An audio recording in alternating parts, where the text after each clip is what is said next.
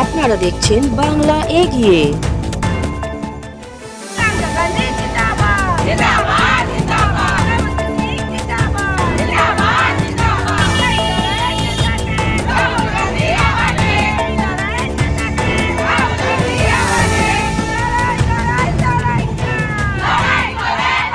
কলকাতায় 13ই ফেব্রুয়ারি 2026 দুপুর 2টোয় কলেজ স্কোয়ারে বিদ্যাসাগরের মূর্তিতে মাল্যদান করে সরোজিনী নাইডুর জন্মদিবস জাতীয় নারী দিবস উপলক্ষে নারী সুরক্ষা ও নারীদের অধিকার মর্যাদা নিয়ে এক বিশাল পদযাত্রা করলেন পশ্চিমবঙ্গ প্রদেশ মহিলা কংগ্রেসের সভানেত্রী শ্রাবন্তী সিংহের নেতৃত্বে।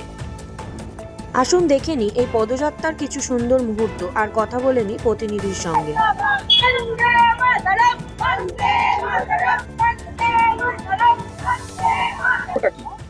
আজকে 13 তারিখ, আপনারা জানেন 13ই ফেব্রুয়ারি সরোজিনী নাইডুর আজকে জন্মতিথি। প্রথমেই জানাই আজকে জাতীয় নারী দিবস। প্রত্যেক নারীদেরকে আমার তরফ থেকে সম্মান জানাই, নমস্কার জানাই, মা বোনেদের প্রত্যেকজনকে ভালোবাসা জানাই। তো আজকে আমরা এই দিনটা বেছে নিয়েছি সরোজিনী নাইডু।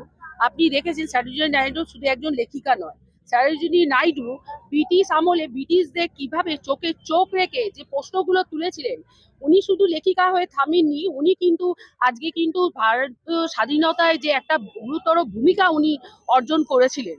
তো তাকে দেখে আমরা আজকে শপথ নিতে চলেছি যে যারা এই যে বাংলায় মহিলাদের উপর অত্যাচার হচ্ছে বা আমাদের গলার রন্ধ্র করে দেওয়া হচ্ছে, মহিলাদের সম্মান দেওয়া হচ্ছে না, মহিলারা আজকে বলা হচ্ছে সব জায়গায় মহিলাদের সমান অধিকার, কিন্তু সেই সমান অধিকারের ভাগ দেওয়া হচ্ছে না।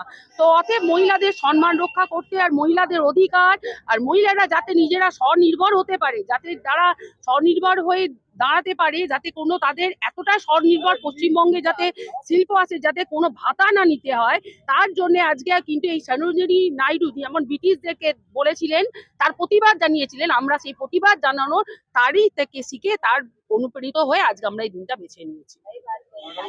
দেখতে পাচ্ছেন যে আমাদের ওপরে কিভাবে মানে চাপিয়ে দেওয়া হচ্ছে, তাদের মানে যে সিদ্ধান্ত, সেই সিদ্ধান্তকে আমাদের ওপর চাপিয়ে দেওয়া হচ্ছে।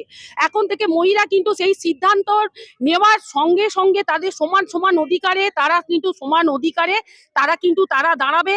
আজকাল মানে বাংলার মহিলারা শুধু ভোট দেবে না, বাংলার মহিলারা সঠিকভাবে সঠিক জিনিসটাকে বেছে নিয়ে আসবে আর প্রশ্নও করবে। এবার থেকে প্রত্যেক মহিলারা তার নিজেদের লড়াইয়ের জন্য আমরা কিন্তু পথে নেমেছি, আমাদেরকে কোনো রকম ভাবেই আটকানো যাবে না।